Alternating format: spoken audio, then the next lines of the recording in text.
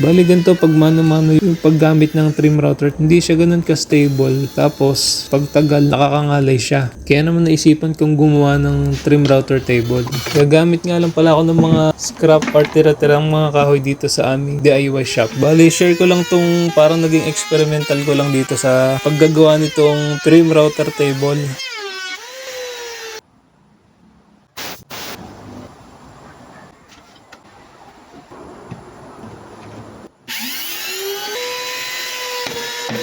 Yan, wag na wag niyo nang gagayahin. Nakalimutan ko maglagay ng guide. Bali parang sinuwerte lang ako dun sa mga unang pasada, hindi siya tumalsik.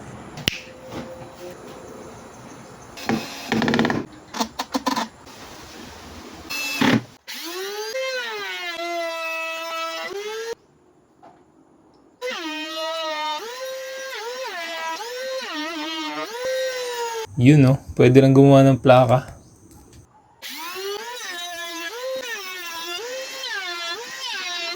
Alright, pwede nang pagtiyagaan. Pero syempre, i-improve pa natin pag kumpleto na yung materials natin. Thank you for watching.